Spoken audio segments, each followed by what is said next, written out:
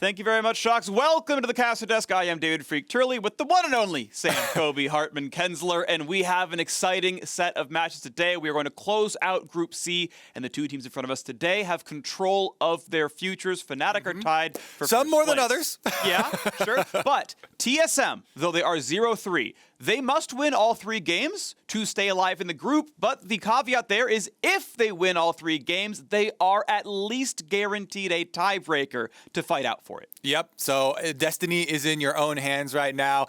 I'm ready, Freak. Let's flip the coin and see what happens in game number 1, because every game is a must-win for TSM. As you say, their backs are definitely against the wall. They have been in that situation in North America in playoffs, 1 game from elimination, and they ran it all the way to the finals, which they won. Fnatic here, though, speaking of winning, they won the first matchup with TSM, and it was largely off the back of Selfmade's Evelynn. A lot of people scrutinizing that getting through the bans. It does not this time around. Yep. I think there's a lot more leeway here, since this time around TSM are on the red side. Are you going to give up the Gangplank ban or the Thresh ban now? Because both of those are very highly prized champions. They decided to keep the Hylissang pressure down. Bwipo's most played champion is Gangplank, and the reason why it's banned so often is because he has held a 69% win rate, memer that he is, over his entire career with this champion. And Fnatic is one of the teams that loves making cross-map plays. You use the ultimate from the top side to back up Selfmade in any of those bottom side of the map invades that they go for, trying to make dragon plays. All right, so Graves comes through as the premier jungle pickup. Now, Nidalee is still up, and that's what TSM first picked. The first time around, they fought Fnatic, so certainly that's around. But it does allow Bwipo to play a match damage top laner. Nemesis can play match damage mid laner, and you still got the damage sort of disparity there, right? You can't just stack MR or armor because the other side comes through. So we are going to get the 2 most prized junglers at Worlds this year. Nidalee is, I believe, the #1 most prized champion at the World Championship. That's going to go over easily to Spica. I love the Kayn hover because he made his TSM debut playing the often unseen no-evolve Kayn for 25 minutes. Has gotten better since then, and we continue TSM style of playing through top lane. Broken Blade on the Camille. She has been an absolutely huge top laner throughout Worlds this year. Memers on both sides, Freak. Honestly, too, the Camille pickup here is fairly bold because they haven't thrown any top lane bans. Set the only one that could be considered as being taken away from that pool. Renekton's still available into the Camille. Lots of options for Fnatic, and they could opt to go either way. Do you want to go team fighting with an Ornn style? Do you want to take it with the skill matchup with Broken Blade and have that fight? I think that's what everybody wants to see. Bwipo versus Broken Blade throwing down with carry champs. Well, Renekton and Volibear top my list of champions that are possibly played in that lane. Regardless, Senna comes through right away here for Rekkles, his most played of the split. Doublelift second most here as well. I'm curious if we're going to see TSM rush pick a priority support, something like a Bard down here for Biofrost. That can help keep him pretty safe as well as give the team some engage. I'm curious what comes through, or if they need to counter pick to Orianna like a Syndra. Yeah, and the Senna pick is not surprising at all for Fnatic. Rekkles has stated multiple times that Selfmade is the one to be the main carry for this team. So more supportive AD carry there, brings healing to the Graves, and they finally did get their Graves victory, as they were so excited about on social media. That was definitely kind of a benchmark for them, even though his previous Grave games had been so well executed by him. Let's take a look though. The Galio Camille combination. This is one where you can make picks around the map. You can also back up your jungler. The Analystess, I thought, had a really nice segment on how Galio is about an extra backup for your jungler. We used to have previous memes of different iterations at Worlds where mid laners would have junglers as their third summoner spell, and the tables have turned, my friend, when you lock in Galio. Now Nidalee gets to go for those aggressive invades, probably towards the top side, towards the Camille, and you have Galio ult to back you up, give you that confidence to go for the all-in. Yeah, this time Bjergsen is the ward, the jungler is the star here. Ezreal coming through, and I'm going to find it very interesting. Yeah, it's a real big ward. It has a knock-up, a magic damage shield. Are we going to see more engage bans? Because right now, with the Fnatic top 3 picks, there aren't good team fight starters. And unless you're going to outsplit push the Camille, which there are picks that can do it, such as Jax, Renekton, you can see the more prized band right here. I do want to see if Bwipo just finds another engaged champion, like maybe a Malphite, if the duty falls to Hylissang on, you know, say a Bard or an Alistar or a Rakan, or what the lineup actually looks like on Fnatic's side. Yeah, as you kind of alluded to earlier, the Volibear is probably most likely for the side of Fnatic right now, but we are hoping for a little bit of spice. We know this team definitely has extra tricks that they have practiced. Sport Pan comes through here. No more Rakan available. Biofrost will not get to pick that one up first. TSM do have their pick of the litter, though. They could go something like a Leona and just go really hard on this pick comp for hard engage. Yep. Ooh, and I'd like it, honestly. That just gives you so many tools, plus taking away one of the possibilities of hard engage from Fnatic. Of all the comps to play Kai'Sa, and I'm going to keep shilling for Kai'Sa this World Championship, this is a good one for it. You have a lot of CC that's going to land, and your whole squad wants to dive. Doublelift is a good Kai'Sa player. She is buffed. I think she's strong enough to play, and it would fit the comp of dive someone on back line and knock them down. It's True. easy to dodge all the Senna skill shots and whatnot, and we're going to get a defensive support here out of Hylissang. As he continues every single time. We can't, oh, isn't it so sad? He can't hover Orianna this game. Every game, he hovers Draven and Orianna. Alliteration. He goes to Olaf. We got close. There you go. There you go. He spelled out. Now we need the I. Where's the Aurelia? Okay, we didn't go all the way. That's fine. But we get the Volibear in all the same, the pick we expected. Yep, they don't really need to throw spice right now. Like we said, Fnatic are the advantage team coming into this, you know, sitting up there at the top of the group, tied with the rest of the members. TSM are the ones that are in a must-win situation. Freak, they're giving you a shout-out. They at least gave you the shout-out, you know? I got so excited when we got that Kai'Sa hover. I don't know if it's a Bwipo call or not, but regardless, Jhin gonna come through, and it's the other side of, hey, we want to dive and kill your backline. Jhin is more set up for the hard engage, opposed to being part of the engage. And follow-up. Of course it is follow-up. The assassination's not bad there. Yep, definitely like it. Okay, so TSM, they are going back to the types of compositions that did really get them here. They're looking for aggressive plays. They want to be the aggressors. They want to be the ones forcing these decisions on Fnatic. Fnatic, though, have gotten some very nice matchups for themselves. Bwipo, I think, will feel very comfortable on this Volibear. Nemesis has actually stepped up a lot for this team. I think that's one of the areas that people were initially looking at for Fnatic, being a little bit worried coming in summer, but he has performed really well so far at Worlds. And it's going to be about where will Selfmade go? Can he hard carry? All right, quick fist bump. Excellently executed there between the two head coaches. Nicely done. We've seen, you know, flubs before, so well done. What's your ranking system for fist bumps? Do you go with stars or thumbs up? Ooh, thumbs up, because you got to keep the hand metaphor going. Fair enough. You know? So I think that's a double thumbs up for me. I'd like to see a thumbs up fist bump at some point. I think that'd be pretty exciting. But regardless, speaking of exciting, it is an incredible battle here. Fnatic have only failed getting out of groups at Worlds once back in 2014, which was one of the only times TSM actually did.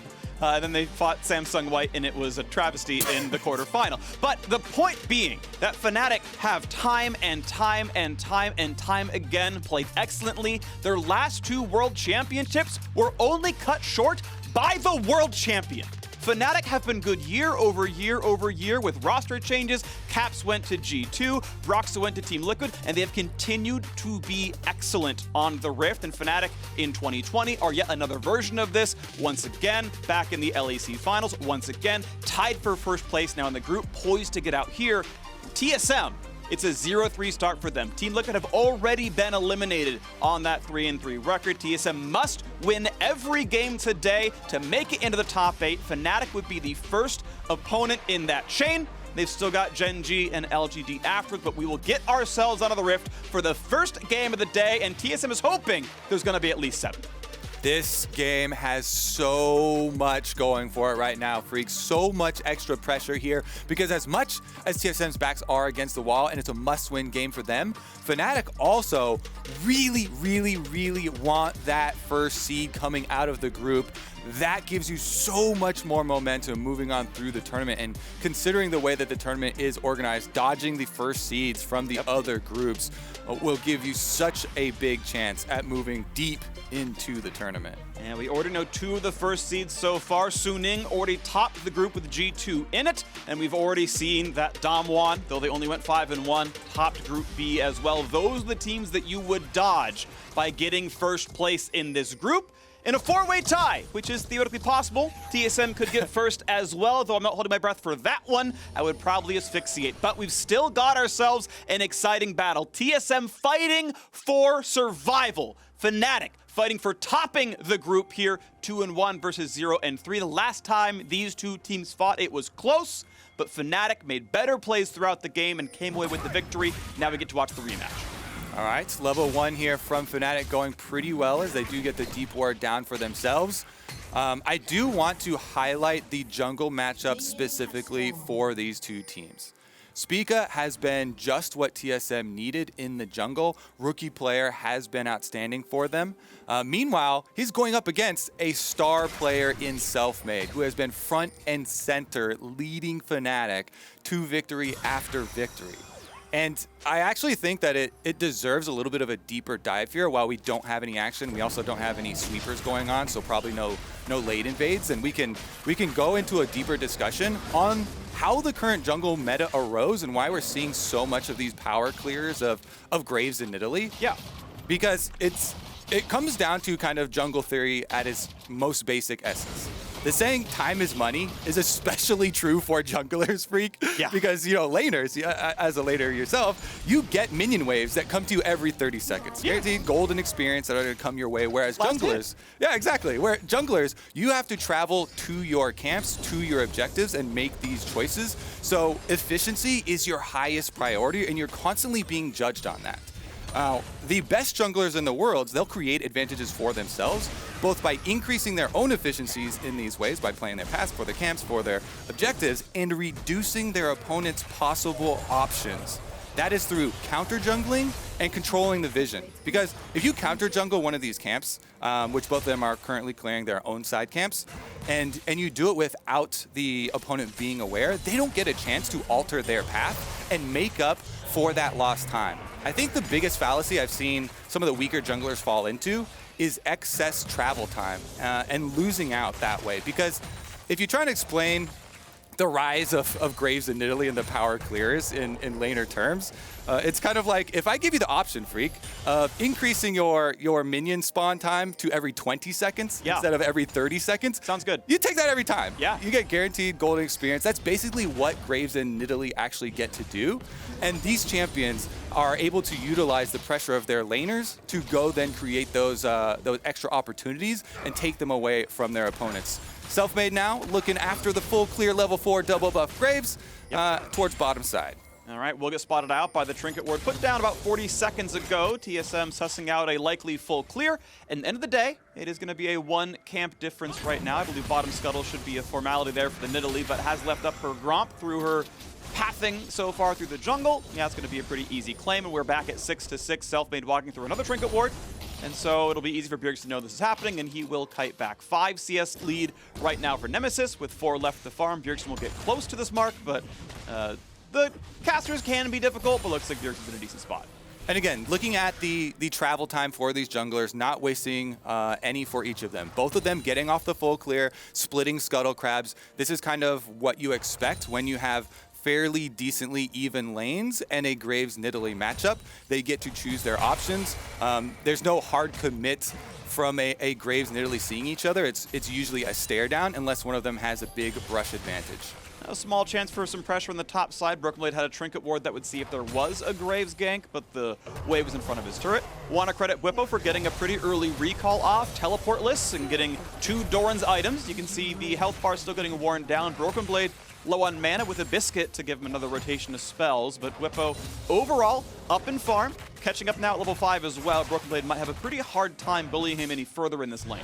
Yeah, and this is one of the reasons why we just expected the Volibear, right? Really good trading power here. Building up a slow push on a minion wave is an opportunity also to call your jungler. Broken Blade does go for the trade in the minion wave, is going to push Bwipo back. This is an opportunity. That's plenty of minions to try and keep in front of your tower, try and deny some of these minions to Bwipo and get a little bit back here. We'll probably see the teleport come out from Bwipo. He's going to only now have to worry about Nidalee's positioning. Because the junglers have been power clearing, there hasn't been any of that extra intelligence gathering, any of the extra information, and he's going to have to be very careful with his warding, which you can see on the minimap, places a control ward and the trinket ward, so even if Nidalee hopped over the back of that Baron pit, would be seen by the control ward and has the trinket ward in Tribrush, Bwipo covering all bases. Yeah, so that was an interesting game between the two top laners here. Oh, this is a big play into the bottom side. A lot of CC coming back and forth. Rekkles going to be okay. Now Biofrost with the W on is going to be stunned, and now as all the durability drops off, he'll take some decent damage. End of the day, though, shield comes up for Hylissang. He's going to be pretty safe. And Selfmade, right in front of Spica, is trolling this Drake. Information not gathered. Good sneak, good play. Selfmade, not only do they have a 300 gold lead, but first Drake goes to Fnatic as well. Yep, self-made dragon right there is able to do it all himself. Gets right in the back there. Spica has been waiting very patiently for another aggressive move, but the big minion wave pushing away from Doublelift and Biofrost here means that there's probably not going to be any more aggressive moves from Hylissang Rekkles. Braum's not going to randomly all in there. And so that is one of those discrepancies we talked about much earlier on in wasted time, wasted travel time, and efficiency of the junglers. Selfmade with a big objective for Fnatic, and TSM starting to lose out in some of the gold. Okay, so once again, look at the game state. 300 gold lead plus the Drake. Selfmade still very clearly running through the jungle with no problems. Gets the top scuttle, gonna make Bwipo feel a little bit safer. TP finally comes through now for Broken Blade. I was gonna talk about how long can the top laner delay their recall. Yeah, it might mean there's a desync around a dragon at some point in time, but it also allows you to get a bigger item spike. So Tiamat comes through for Broken Blade, should allow a lot of pressure there. Hylissang will eventually match his own recall because health bar is so low, but he's able to catch the wave and keep it in front of the turret so that Rekkles is not denied everything. And Bwipo with the more defensive of the two options for deep wards for top laners after moving up, or Broken Blade, excuse me. Now, you can try and put it over that wall to see blue buff and Gromp at the same time. It's a lot more likely that that one gets swept. This one behind in that little brush that was added to Summoner's Rift basically just sees if they're trying to pull off that tricky gank route towards you that's right through the river. It, however, does not protect you against lane ganks. Nice little ward there. Good spot by the spectators. Yep, nice deep ward by Fnatic. He's going to spot some of Spica's movements as well. We'll almost always see him go towards Raptors. Depends on the pathing, but a lot of times it will still do so. Bjergsen wants to fight for a ward. Nemesis wants to fight him off of it. TSM nearby, though, could fight a 3v2 if this happens. And they're now going to spot Hylissang. He's going to put down a slow. A Javelin's not going to do too much to him. He can put the shield, no problem. So ward gets killed, but out they go as farm goes back and forth in the bottom side of the map. No one's going to be in that rush, and Selfmade still efficiently, you can see right now, right, 11 CS up. That's a 2-3 camp lead. You talked about timing and efficiency. Not only does he have that Drake, but he's got more than normal camps as well. And this is the time period where Fnatic want to focus on purely efficiency, on more defensive play, because Galio ult is ready, teleport's used. Play. They're going for it right now with Bjergsen. Is it going to be enough now to re-engage? Looking at who they can fight, and Bjergsen, he's now surrounded. Flash the shockwave, gets right back out when he came in. TP's traded back and forth. The man loses his flash, and no play is made to the bottom side. Yeah, flash is definitely an important summoner spell for Galio, but Bjergsen pretty happy to get out of that one as he was behind enemy lines without another way to escape. And the ultimate shockwave there being used by Nemesis does give a small cooldown back. However, now there are opportunities for Fnatic to attack mid lane Galio. No summoner spells on Bjergsen. So not only can you try and pressure this Galio, yes, maybe a best situation you come up with a kill on the Galio. You can also just try and pressure him through his health bar, and he has no teleport to get back to lane and start to just build up this Orianna, who scales so nicely for your team fights, bringing that utility as well as damage later on. Absolutely. So Predator boots, Mercury treads, the whole kit there for Bjergsen. We'll see if he can roam around any more, but as you're mentioning, yes, the Orianna scaling gonna be an important thing. Bwipo still winning his lane one-on-one, up 12 CS over Broken Blade, and a fairly undisturbed matchup. He's grown himself an early lead. Still feels like it's going to eventually scale Camille's way. Though I will say Conqueror is a better scaling rune. Yeah, definitely agree. Camille definitely has a lot of options as you move around, and a lot of the options come from your team play. We talked about Enchant Select, TSM, drafting, Leona, Galio, Camille. These are 3 champions built for these rotations, built for picks across the map. Problem for TSM is that Fnatic have been very good at not exposing themselves to some of these options. Now, as you see the game progress and we start to get more and more of tower damage and whittling down and opening up the map, those types of plays will be more prevalent. But thus far, I think Fnatic have actually played this early game extremely well, considering some of these options that TSM are looking for. Galio ultimate is ready still for Bjergsen, and that's why you can see Spica and Biofrost linking up. You want to aggressively use Leona Nidalee combinations, especially in scenarios like this where you've got a Galio to back them up. A little bit of bravery there from Biofrost. Flashless, walked in the jungle to clear a ward that was swept, so there was no vision, but no one around to stop him. Gets to walk away, sweeps, sees everyone else, and pieces out. But now, you talk about the laning phase, it's now a 1,000 gold lead to Fnatic. They are winning just in the laning phase. They're on the dragon as soon as it spawns. Selfmade is there, and the rest of his team, you can see how far up they are playing. They're pushing TSM back, and there is no way in for TSM right now. Fnatic absolutely in command of the first 12 minutes of this game. They are at 2 Drakes already. The Soul would be at 22 minutes. And if TSM cannot find the way into this game, this is going to be over pretty quickly. Yeah, quite a nice pace here for Fnatic, taking advantage of that reset timer really, really well. Selfmade once again, no hesitation on these objectives, is able to push it right through for Fnatic. Some of this deep vision clearing could get dangerous for them as, again, TSM have the opportunity to try and close that trap. Leona ultimate and Galio ultimate are ready, but since they've started up the Rift Herald on the top side of the map, looks like they aren't going to go for the bottom play. Here comes a rotation from Fnatic. Orianna Roam going to find a shockwave on a Biofrost. Just keep walking away. Selfmade's here, flashes in, gets the first blood. Now a play in the top side. I've seen this before. This time it's going to work out, though. TSM get a kill back. More money over to Fnatic thanks to first blood, though. All right, Selfmade looking to punish. Will Spica face check him. Graves' burst damage is immense from a brush position. Good still ward. The ult, too. Selfmade didn't have to ult to get the kill on a Biofrost, so he has full power here. Look at the play. There's the first attack. Now, will there be reinforcements? It's Bjergsen over the top, finds the slam. We'll look for Hylissang, flashes away, and can't find the taunt. The Q is going to be enough. Speaking gets the auto, and Dark Harvest finds him a kill. Finally, TSM are able to use that Galio ultimate, and Fnatic bite off a little bit more than they can chew on the top side. They'll still be pretty happy with getting that kill onto Biofrost, but TSM up 2-1 in kills now did get slightly more gold for themselves, considering they took down Bwipo first. And we'll see if they can try and stack on this play, because you start to count the flashes. Selfmade and Hylissang now, the 2 roaming players for Fnatic, are a little bit more vulnerable, don't have their flashes if they do get caught. Spica's still clearing through right now, not a big problem onto him, as still the 800 gold difference remains, and 3 minutes are until the Ocean Drake spawns. Ocean Soul obviously going to be pretty good. TSM fairly bursty, but these type team fights can be hard. We can watch that top lane 2v1 again. And this is, even with missing the spear there, they're not able to chain stun into spear, still get the kill. Senna ultimate came over through.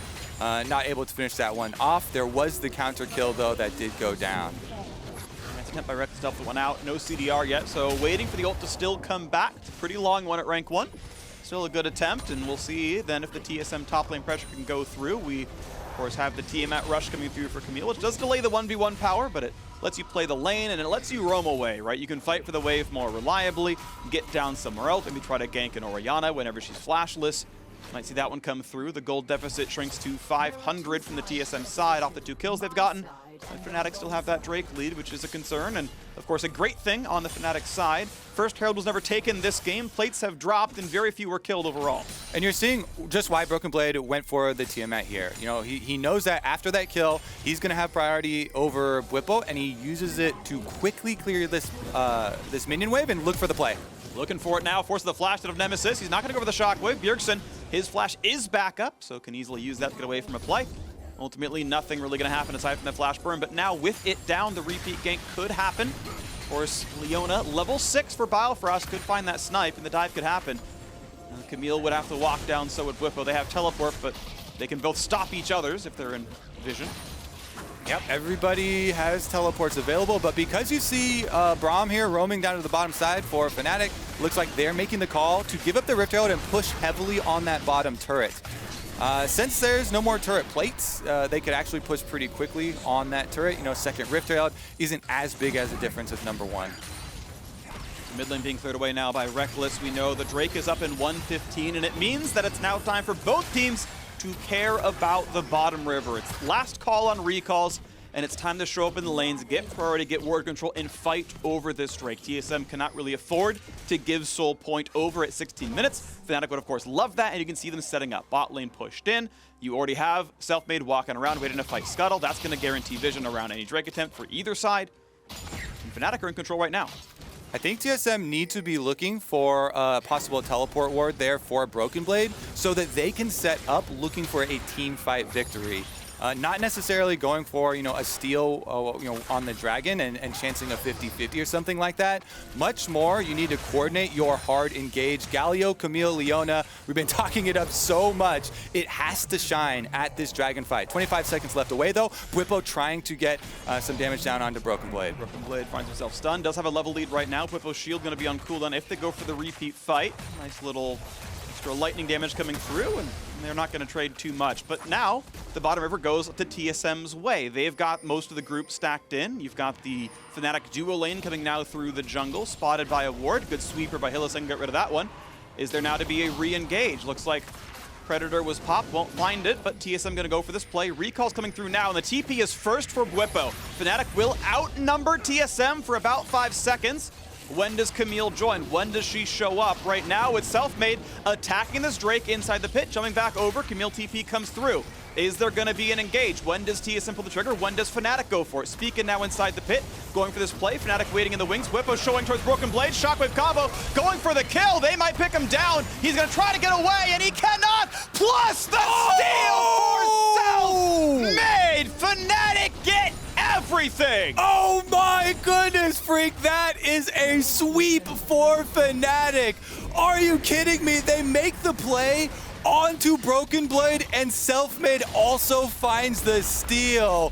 What a huge mid-game victory here for Fnatic. Their pace for an Ocean Soul is so quick, and with the kill onto Broken Blade, they also got the bottom turret.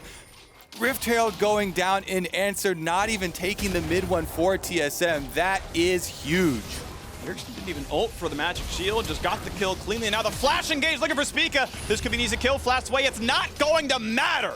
Hylissang grabs his kill, and suddenly Bjergsen's alone, 1v3 out of the turret. Not gonna survive this one. Goes to knock, gets away from the shockwave, but will not find the trade kill until Biofrost shows up. That is a fight you still take as Fnatic. It's 2-1. They are on Soul Point, and they have complete control of this game. Holy moly. All right, Biofrost does find a solar flare pickup kill at the end, but it feels like an overwhelming wave of Fnatic victories right here in the past couple of minutes, Freak. Now they are free to also push these waves out. Bwipo, I'm pretty sure you could just stick around and finish off that turret. Let's take another look at this. TSM, they go for the 50-50, and he's able to get it. Selfmade with the steal. He has controlled every dragon from extremely early on in this game. And now Fnatic get their second turret to 0. You can see the gold lead 3,500 at 18.5 minutes. This is a massive lead for the Fnatic squad. One of the European sweethearts, so far so good. Half their teams have gotten out of group. Fnatic rarely, if ever, fail. It's been pretty much 5 years running of getting out of groups, the ones they didn't attend notwithstanding. And now, looking poised to dash the North American hopes. Liquid failed at 3-3. TSM about to drop out. If they make 0-4, there is no way back in. Fnatic could deal the death blow to the second LCS team so far at Worlds. And something really stuck with me with the interviews of the Team Liquid players after their kind of resurgence in Week 2, where they said, you know, at this point, we've got nothing left to lose. We need to play aggressive. We need to play proactively. We need to throw out these plays.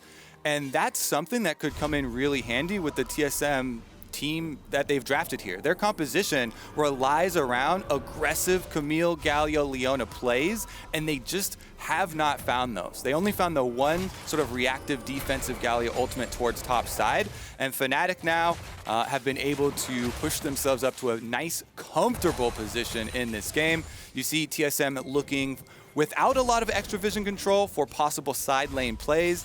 At this point in the game, yes, you do have options. Maybe have somebody trail Broken Blade as a split pusher and pull off a surprise 2v1, try and get a quick kill there, and then transition it over to a roam.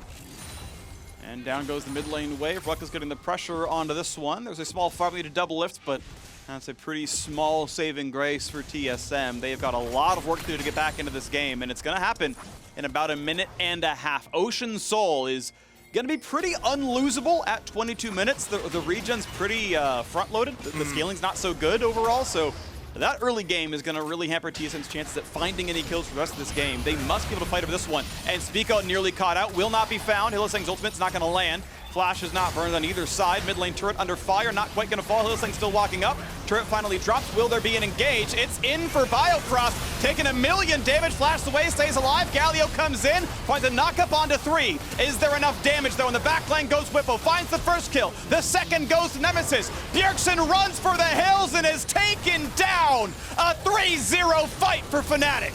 And they could take more than that as well, Freak. All right, it's going to be resets for Fnatic. They get Scuttle Crab. They can push it out. That was TSM's chance. They take down mid lane turret. They do get the objective, but Fnatic vengeance is swift. They cut down 3 members.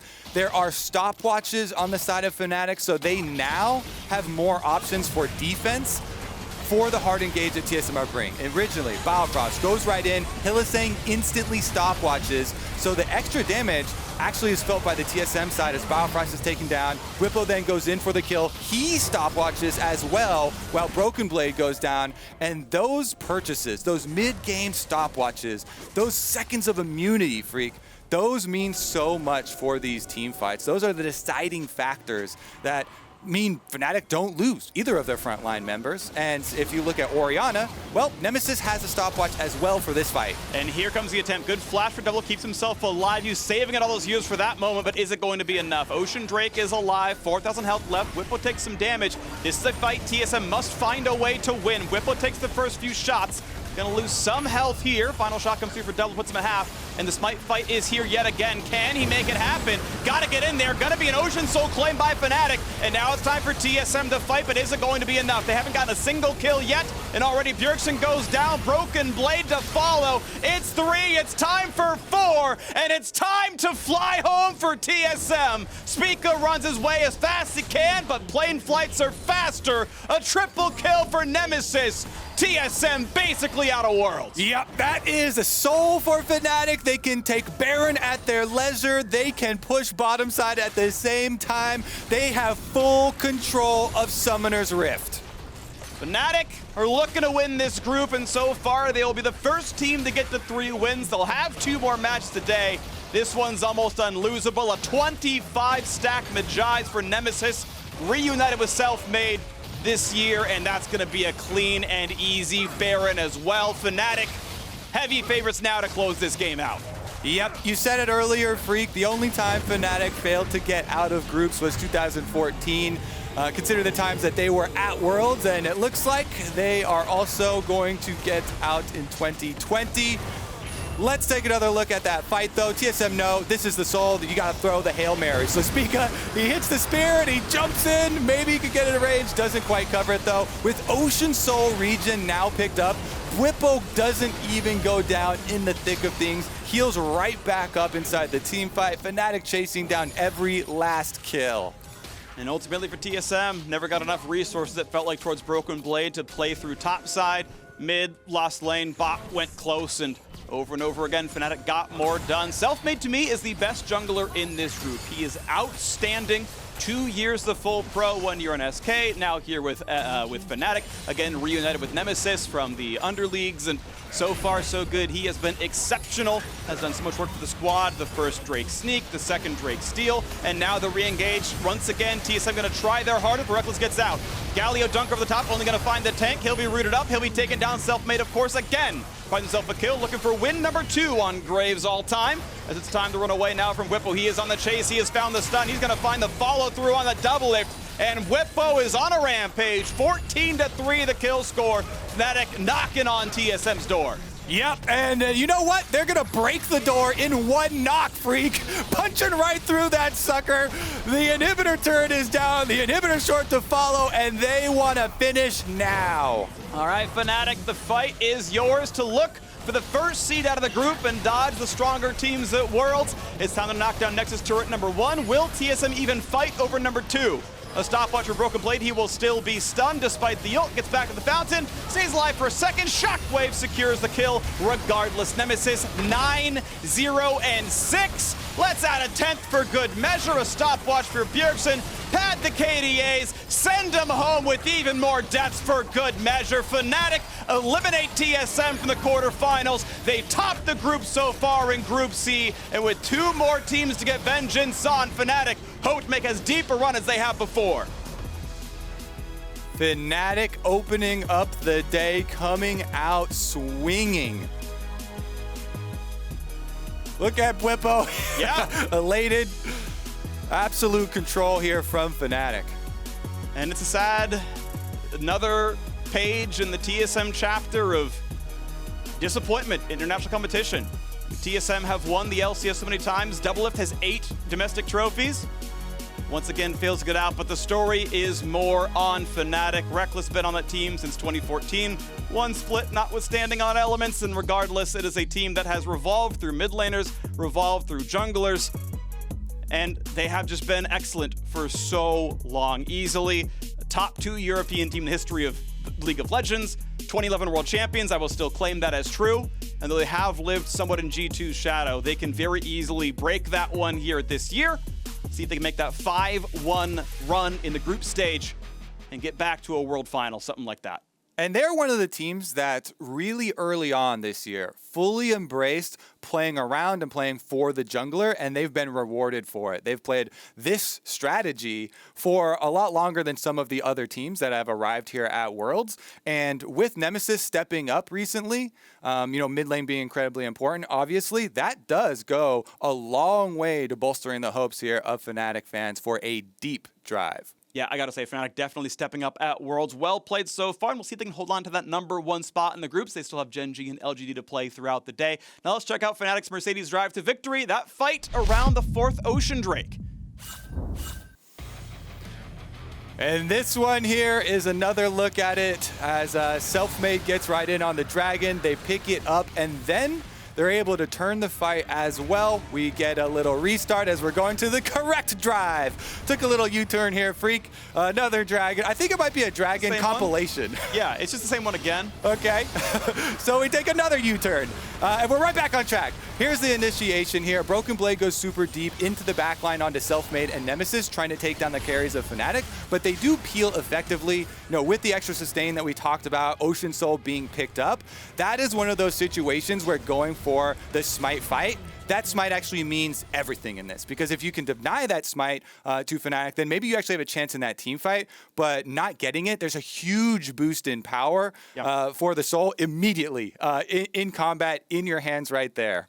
Overall, well played the Fnatic. Of course, way better execution in team fights. For a lot of these, the gold was close, but clearly the fights never were. So Fnatic, by far the better team. 2-0 on TSM the group stage. We'll see how much farther they can go here at Worlds 2020. Now, while we wait for Game 2, listen to Bring Home the Glory on the official League of Legends official playlist during the Spotify song break. Don't cry for your vengeance. It's right there to take. Oh, if you want it, the world is watching. Here's your judgment. Here's your reckoning. Write your story down.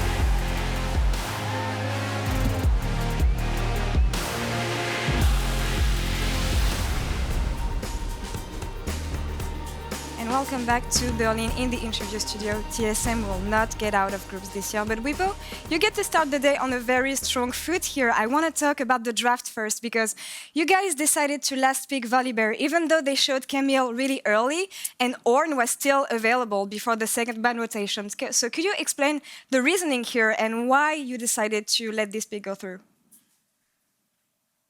Basically, it came down to the fact that when I saw Nidalee Camille, I counted the amount of champions I had that I was comfortable playing into this combination, and we ended up with like 7. So I was like, I have like 7 champions, so I really don't mind if we go 4-5 with top lane. If I have anything better to pick, we can just pick it right there.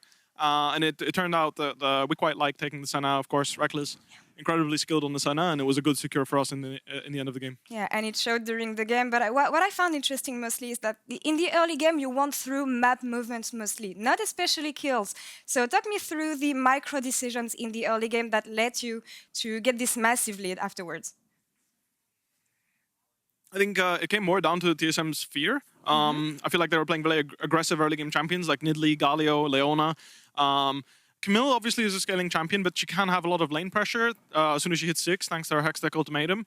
This in conjunction with Galio's ultimate is obviously a huge threat, but I never felt pressured at any point of the game, and I think my teammates felt the same way, right? There were some key moments where Nemesis lost his flash early on.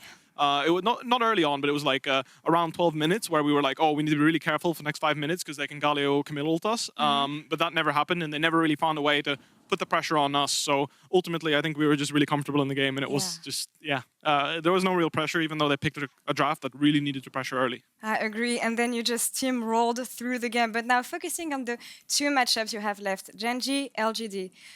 What can you tell me about this, and how do you win against LGD this time? I think not giving away Ornn for free. I mean, it wasn't free. I feel like my set wasn't the greatest, but it did provide something in teamfights. But I think ultimately, like, our whole draft wasn't scaling all too well. And so far, this group has very much seemed like a group where the scaling team gets to have the edge, purely because the teams aren't, like, exceptional. I'm not saying that we have bad teams in our group by any means, bar maybe TSM. But ultimately, LGD and Genji are... they're pretty slow teams, and they like playing for the Ocean Soul, or the Dragon Soul, which means that having some scaling and some backup just in case, you know that you're going to have a dragon fight at some point, so having some scaling champions in your draft is always going to make sense, and I think that that's the biggest take from our group so far. Now talking about the dragon fights for Fnatic, we know that it's been an issue last week. Is this something you worked on so far? Because it looked really clean this game. Could you repeat that? I'm sorry. Oh, sorry. The drafting? No, the dragon fights, actually. From last week the dragon to this fights? week, yeah. I think that's just because TSM picked a composition that, again, required a lot of execution. Like, Galio and Camille need to be really on point with their target selection, and, well, that's not what happened. So, dragon fights are obviously really easy to play when their Camille was a bit off on the side, and I was able to flash on her the first time. Like, the third dragon fight we took, I flashed on Camille, and we were able to take her out immediately with a nice shockwave. So, as soon as Camille dies, their whole team fight composition falls apart, and ultimately, Camille was never able to find a flank or any type of pressure to get a good ultimate. So, thanks to our 4-5, locking in Volibear and Braum, we had a lot of point-and-click CC that was able to make the game much harder, and most of our champions were far more durable in a long, extended fight, and as soon as we locked in the Ocean Soul, we knew the game was over. Well, Bwipo, thank you very much for these insights, and good luck for the rest of the day. And now for more on the game, let's send it over to Shox. Take it away. Thank you. Well, welcome back, everyone, to the State Farm Analyst Desk. A closer look at TSM versus Fnatic. But I feel like Bwipo just explained kind of everything, what we needed to know from his perspective then. But it is pretty aligned with, I think, what I'm going to hear from my analysts. Well, starting off with the draft, however, we were quite positive about the draft in the green room for TSM. Kind of a different look and really committing to putting resources into Broken Blade to set him up for success. So it was a good look, but it's all about the execution. I think it comes down to, on TSM's side, the whole discussion about Galio. Like, Galio needs to play in a way where he makes the right sacrifices, and nothing was really happening for the first 10 minutes of the game. And then finally, when something happened for the Galio, it was a TP bottom where he just went for a jog, and then he just ran back to mid lane. And I think with their draft, as Bwipo called out, you need to have action, you need to have creativity. But Fnatic, what they do so good is how they manage their waves. Because for the entire year, mostly Selfmade has been busy farming. And I feel like their lanes are so good at avoiding those pressure moments, very good at managing the waves. We saw the Volibear early base with the item advantage, which is huge. And then the freeze when Graves was around top. The same thing on bottom. Hylissang was freezing, surviving with 100 HP. That was absolutely wild. All those moves stack up, and TSM really never stood a chance. We'll get back to the draft, but I do want to show this freezing because it is something that sometimes goes unnoticed. This is so beautiful because here, like, these guys want to base. Senna's coming back. The base timer is so good. And after this, minions are going to be lost because they can just keep the freeze. This is going to be like a slow push, and Rekkles missed nothing. Yeah, and this is really big, and Hylissang does this all the time. And a lot of teams in EU are used to this and are ready for it and are ready to kind of throw down and try to play out that kill threat. But one of the nice strengths of the Braum, obviously, is that that's very hard to do, even if he doesn't offer as many immediate hard engage options. But as you heard from Bwipo, Fnatic knew that they could kind of play the back foot here, and it was on TSM to force plays early, to force aggression, and they weren't able to do that. And I like that you called out this play specifically because in the previous game of TSM versus Fnatic, we also saw that it was a macro difference in a sense, right? Fnatic making certain decisions on the map to choke you out, and you don't even realize you're being choked out. And I think this is a great example, but we just saw that in the entire game. And TSM, on the other hand, they did try to make something happen. As you said, they TP'd bot looking for that kill. In the end, they get the kill top lane as well, but it didn't really convert into too much for TSM. Yeah, it felt like almost too late because the first time something happened, I think already Fnatic had 2 dragons. They were like 1k gold ahead passively through just the sheer force of lane phase.